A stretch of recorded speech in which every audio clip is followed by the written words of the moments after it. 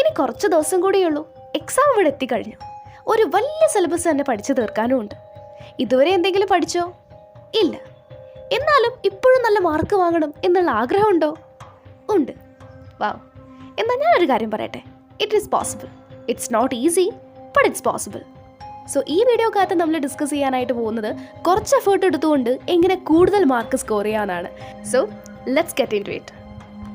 80-20 rule എന്ന് പറയുന്ന ഒരു കോൺസെപ്റ്റിനെ കുറിച്ച് നിങ്ങൾ കേട്ടിട്ടുണ്ടോ?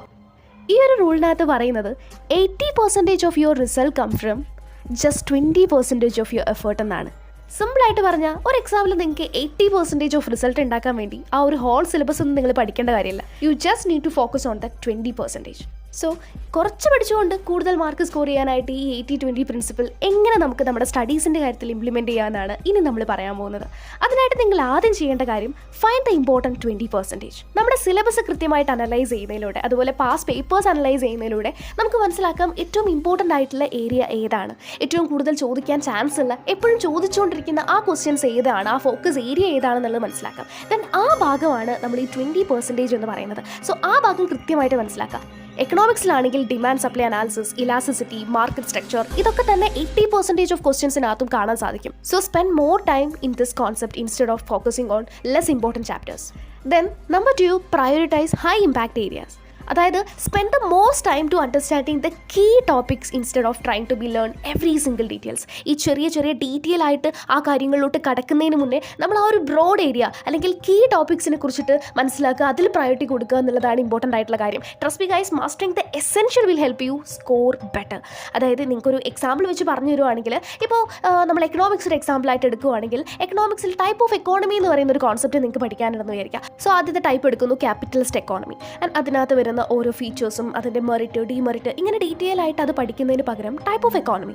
And type of economy mainly നമ്മൾ 3 ആയിട്ടാണ് ഡിവൈഡ് ചെയ്യുന്നത്: capitalist economy, socialist economy and mixed economy. Then ഇതിൻ്റെ ഫീച്ചേഴ്സ് ഒക്കെ തന്നെ നമുക്ക് കമ്പയർ ചെയ്തുകൊണ്ട് പഠിക്കാം. അതായത് ഇപ്പോൾ ഓണർഷിപ്പിൻ്റെ കാര്യം എടുക്കുകയാണെങ്കിൽ ക്യാപിറ്റലിസ്റ്റ് എക്കോണമിയിൽ പ്രൈവറ്റ് ഓണർഷിപ്പാണ്, സോഷ്യലിസ്റ്റ് എക്കോണമിയിൽ ഗവൺമെൻറ് ആണ്, ആൻഡ് മിക്സ്ഡ് എക്കോണമിയിലാണെങ്കിൽ രണ്ടും കൂടി ബോത്ത് ആയിട്ടാണ് വരുന്നത്. സോ ഇങ്ങനെയുള്ള കാര്യങ്ങളൊക്കെ തന്നെ നമുക്ക് കമ്പയർ ചെയ്തുകൊണ്ട്, അല്ലെങ്കിൽ ആ ഒരു ബ്രോഡ് കോൺസെപ്റ്റ്, ഒറ്റ കോൺസെപ്റ്റ് എടുക്കുന്നു ആൻഡ് അതിൽ ഡീറ്റെയിൽ ആയിട്ട് പഠിക്കുന്നതിന് പകരം ഇങ്ങനെ നമ്മൾ മെയിൻ കീ ഏരിയാസിൽ ഫോക്കസ് ചെയ്തുകൊണ്ട് ഈ മെത്തേഡിൽ നമ്മൾ പഠിക്കുമ്പോൾ അത് നമുക്ക് ടൈം ലാഭിക്കാനും ആ ഒരു വലിയ കോൺസെപ്റ്റിനെ ഈസി ആയിട്ട് കുറച്ച് സമയത്തിൻ്റെ ഉള്ളിൽ നമുക്ക് പഠിച്ചെടുക്കാനും സാധിക്കും.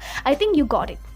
Number 3, smart revisions. നമുക്കറിയാം ഒരുപാടധികം റിവിഷൻ മെത്തേഡ്സുകളുണ്ട്: flash card, mind map, summarizing. So നിങ്ങൾക്ക് ഏറ്റവും സ്യൂട്ടായിട്ടുള്ള, ഏറ്റവും എഫക്റ്റീവായിട്ട് തോന്നുന്ന റിവിഷൻ മെത്തേഡ്സുകൾ ഉപയോഗിച്ചുകൊണ്ട് നമ്മളിപ്പോൾ പഠിച്ച കാര്യങ്ങളൊക്കെ തന്നെ റിവൈസ് ചെയ്യുക എന്നുള്ളത് വളരെ ഇമ്പോർട്ടൻ്റ് ആണ്. And number 4, practice make perfect. അതായത് ഇപ്പോൾ നമ്മൾ ആ ഒരു 20% ഏരിയ കംപ്ലീറ്റ്ലി കവർ ചെയ്തു, അതിൻ്റെ റിവിഷൻ നടത്തി. ഇനി ചെയ്യാനുള്ള കാര്യം എന്ന് പറയുന്നത് solve pass papers or sample questions based on the important areas. നമ്മളിപ്പോൾ ഈ പഠിച്ച 20%മായി ബന്ധപ്പെട്ടിട്ടുള്ള ഒരുപാട് ക്വസ്റ്റ്യൻസ് നമ്മുടെ ആ പഴയ ക്വസ്റ്റ്യൻ പേപ്പേഴ്സിനകത്തൊക്കെ ഉണ്ടായിരിക്കും. അതൊക്കെ സോൾവ് ചെയ്യാനായിട്ട് ശ്രമിക്കുക. അങ്ങനെ നമ്മളിത് പ്രാക്ടീസ് ചെയ്യുന്ന സമയത്ത് that will help you spot patterns and build confidence. ആ ഒരു എക്സാം എങ്ങനെ എഴുതാം, അല്ലെങ്കിൽ ആ ആൻസർ ചെയ്യേണ്ട ആ ഒരു പാറ്റേൺ നമുക്ക് കിട്ടുകയും ഒപ്പം നമ്മുടെ കോൺഫിഡൻസ് കൂടുതൽ ഇമ്പ്രൂവ് ആവുകയും ചെയ്യും.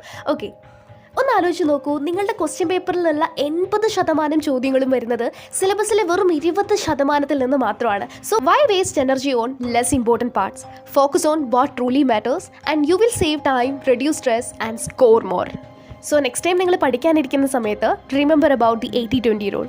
Study smarter, not harder, and you will see the result you have been dreaming of. If you found this video helpful, hit the like button and share this video with your friends, and don't forget to subscribe. More hacks to make your student life easier. See you next video. Bye bye.